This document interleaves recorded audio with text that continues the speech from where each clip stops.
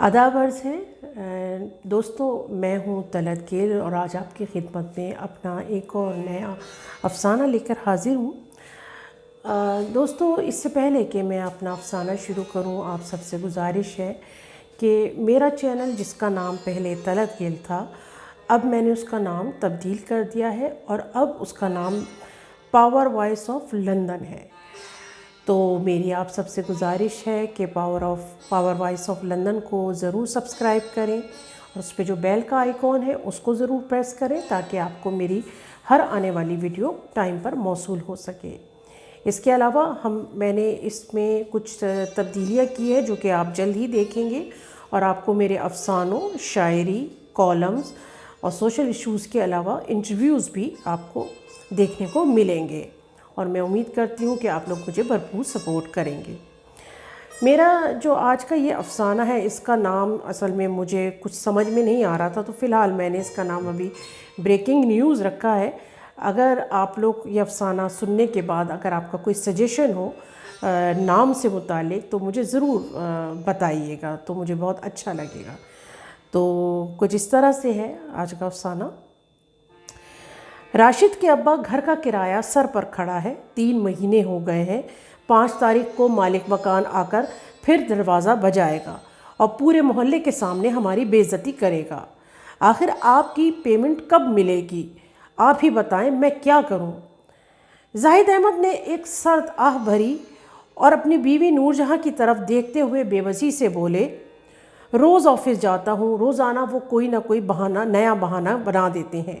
میرے کچھ دوست مجھے مشورہ دے رہے ہیں کہ میں میڈیا سے مدد لوں، شاید ارباب اقتدار حرکت میں آئے اور ان کو ہماری مشکلات کا پتہ چلے، مگر میں خود کو اور اپنے خاندان کو اس میڈیا کے چکر میں بدنام نہیں کر سکتا۔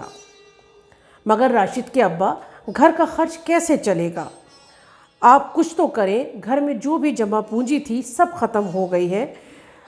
آپ کو واقعی میڈیا سے بات کرنی چاہیے، ہو سکتا ہے کچھ اچھا نتیجہ نکل جائے، نور جہاں نے زاہد احمد کو قائل کرتے ہوئے کہا۔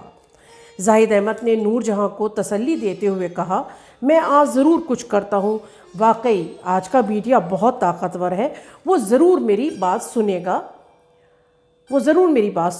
زاہد احمد جلدی اپنے آفس جانے کے لیے نکل گئے۔ زاہد احمد ایک سرکاری ٹھیکیدار تھے، انتہائی ایماندار اور محنتی انسان تھے۔ ان کی اپنے محکمے میں بہت عزت تھی۔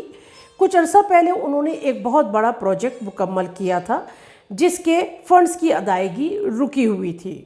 ملک میں حکومت کی تبدیلی سے ان کے سارے فنڈز رک گئے تھے۔ ان کے 2 بیٹے بھی تھے جو ابھی پڑھ رہے تھے۔ گھر کی ساری ذمہ داری زاہد احمد کے کندھوں پر تھی۔ پیسے نہ ملنے کے سبب ان کے گھر میں کھانے کو لالے پڑ گئے تھے۔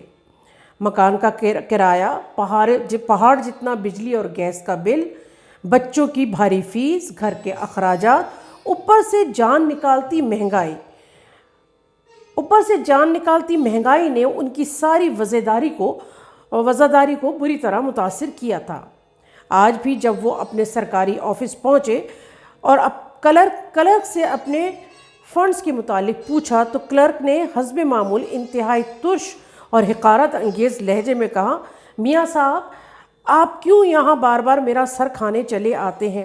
جب آپ کے بلز کی باری آئے گی تو آپ کو اطلاع دے دیں گے۔ زاہد احمد جیسے ہی اپنے آفس سے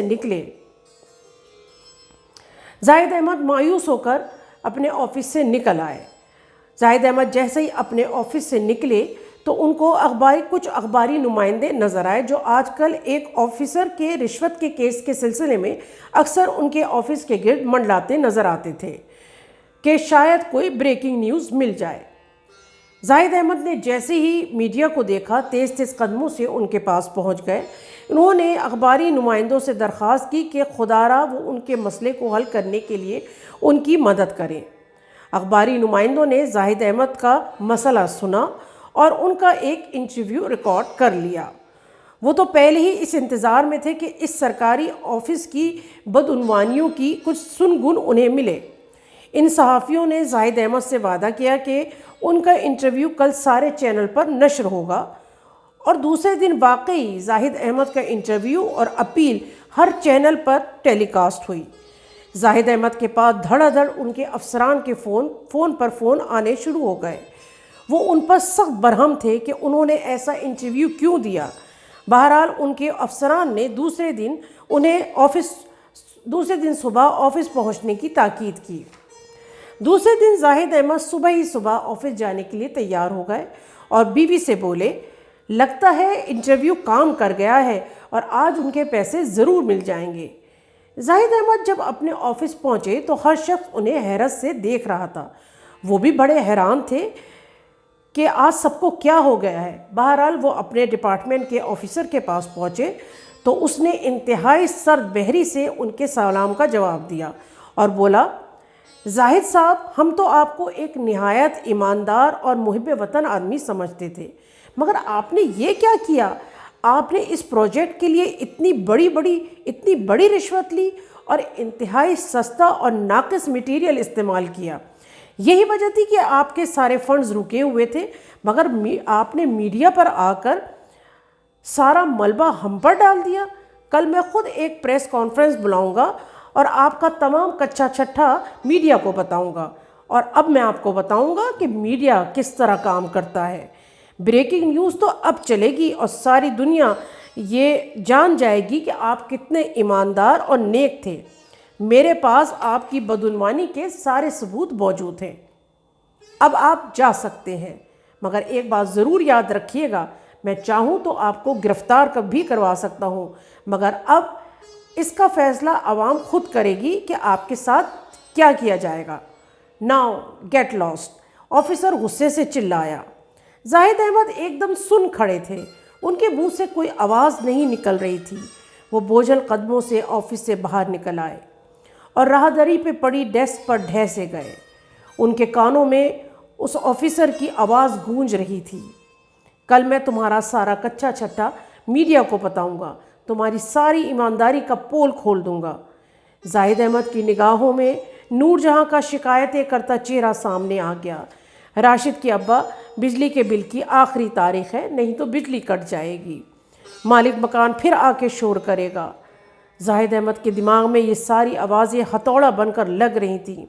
میں نے تو ساری زندگی حق حلال کی کمائی کھائی اور اپنے بچوں کو بھی اسی کی تاکید کی، میری ایمانداری کا کیا یہ صلہ ملے گا کہ ان کو اس طرح بدنام کیا جائے؟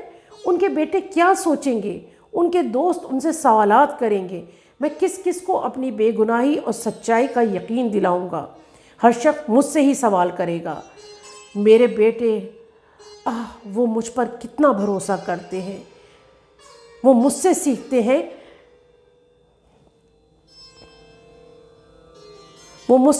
ہیں، کیا میں ان کے نزدیک ایک بدعنوان اور رشوت خور باپ ہوں گا؟ نہیں، میں یہ کبھی برداشت نہیں کروں گا کہ میری اولاد مجھے ایک رشوت خور شخص سمجھے۔ میں تو ہر وقت انہیں ایمانداری کی تربیت دیتا ہوں۔ نور جہاں، وہ تو دل و جان سے مجھے جانتی ہے، کیا وہ بھی مجھ سے نفرت کرنے لگے گی؟ زاہد احمد نے اپنی جیب سے پین نکالا اور ایک پرچے پر لکھنا شروع کیا، نور جہاں، مجھے معاف کر دینا، ہمارے بچوں کو بتانا کہ ان کا باپ ایک ایماندار شخص تھا، اس نے کبھی رشوت نہیں لی، مگر یہ دیمک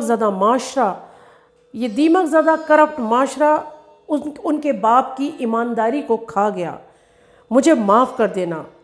نور جہاں کو یہ باتیں پرچے پر لکھ کر زاہد احمد نے اس کو اپنی پتلون کی جیب میں رکھا اور بڑے پر اعتماد طریقے سے اپنی جگہ سے اٹھے اور سرکاری عمارت کی 3 منزلہ بلڈنگ سے چھلانگ لگا دی۔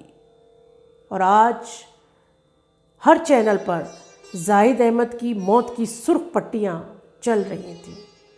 بہت شکریہ۔